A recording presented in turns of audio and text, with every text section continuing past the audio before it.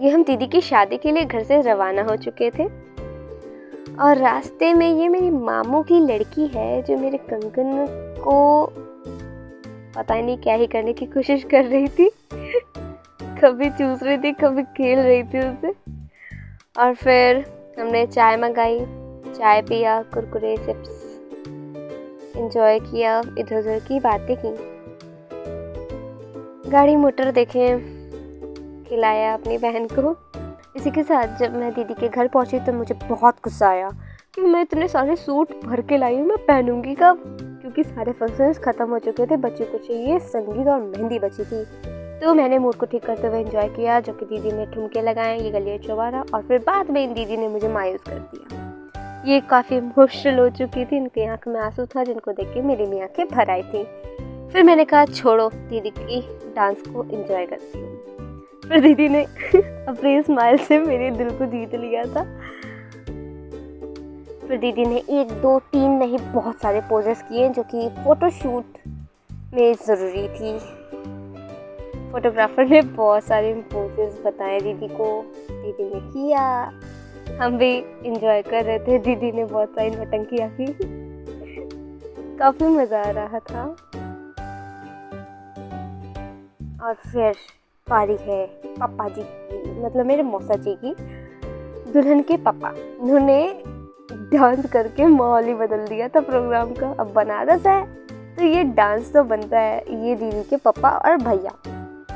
अब इसी के साथ दुल्हन की मम्मी एंट्री मारते हुए अपनी साड़ी को कसते हुए ये ठुमका।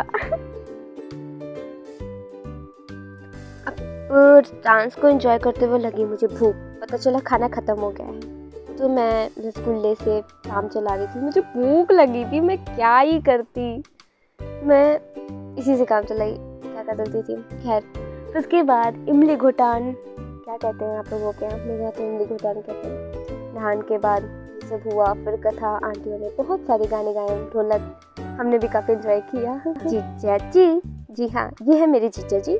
और इधर है मेरी दीदी बैठी मंडप में। मैंने तो अपने पति का मुंह तोड़ देना अगर वो दूर बैठ के दोस्तों के साथ गप्पे लड़ाया तो। यार, दीदी ने मंडप में एंट्री ली और जीजू के साथ जाकर बैठ गई।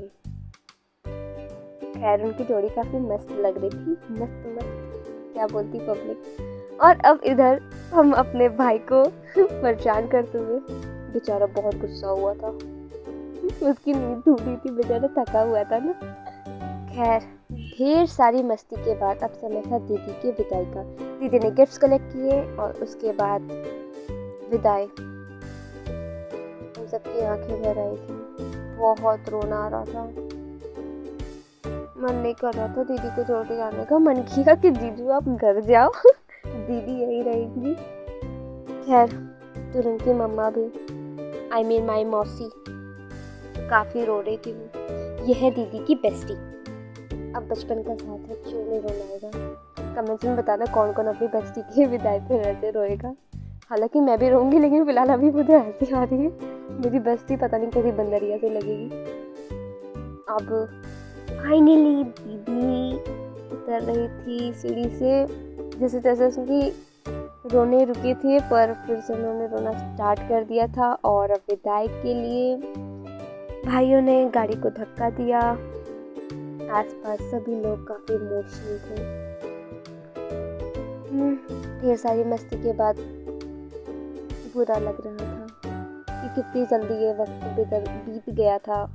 क्या ही करूं। विदाई के बाद मेरी मासी जी बहुत रो रही थी, बेचारी ने पानी भी नहीं पिया था। मुझे बहुत बुरा लग रहा था। फिर थोड़ी देर बाद फिर मासी ने रोना स्टार्ट कर दिया था, तो मामी उन्हें कंफर्ट कर रही थी। और भैया बहुत रो रहे थे, उन्होंने सामने तो आंसू छुपा लिए थे। विदाई के बाद सब कुछ सुना था, रौनक ही चली गई थी। सारे डेकोरेशंस जैसे कोई मतलब ही नहीं लग रहा था। ये सीन मुझे समझ ही नहीं आ रहा था। कल तक जो इतना अच्छा सजा था वो आज ऐसा बिखरा बिखरा पड़ा था। आप भी बताना आपका एक्सपीरियंस। गाइस सब कुछ फीका फीका, लाइक सूना सूना है जहाँ। लिटरली किसी ने खाना नहीं खाया था, सब पड़ा था वैसे ही, किसी का मन ही नहीं कर रहा था दीदी के जाने के बाद। और फिर हम बस में वापस आते समय, ये मेरा भाई है, गलत मत समझना, हमने काफ़ी सारी मस्ती की, ये भी मेरा भाई है। हमने खूब सारी मस्ती की। बस में एक भैया थे जो मुझे घूर घूर के देख रहे थे रास्ते भर, जिससे मुझे बहुत गुस्सा आया। खैर मुझे कमेंट मिले थे कि मैं पंजाबन हूँ, क्या सच में? मुझे नींद आ रही थी, प्लस मेरा मस्ती का भी बहुत मूड था। कुछ हंसी मजाक करते हुए हम आगे बढ़े। हमने अंगूर लिया था, अंगूर खाए, चिप्स खाया, चाय पिया, आगे बढ़े। ये मेरी और मेरे भाई के पिक के साथ में, मेरे मामा का लड़का ही लगता नहीं है ना मेरा भाई है। हालांकि मेरी बेस्टीज ने भी कमेंट किया था मुझे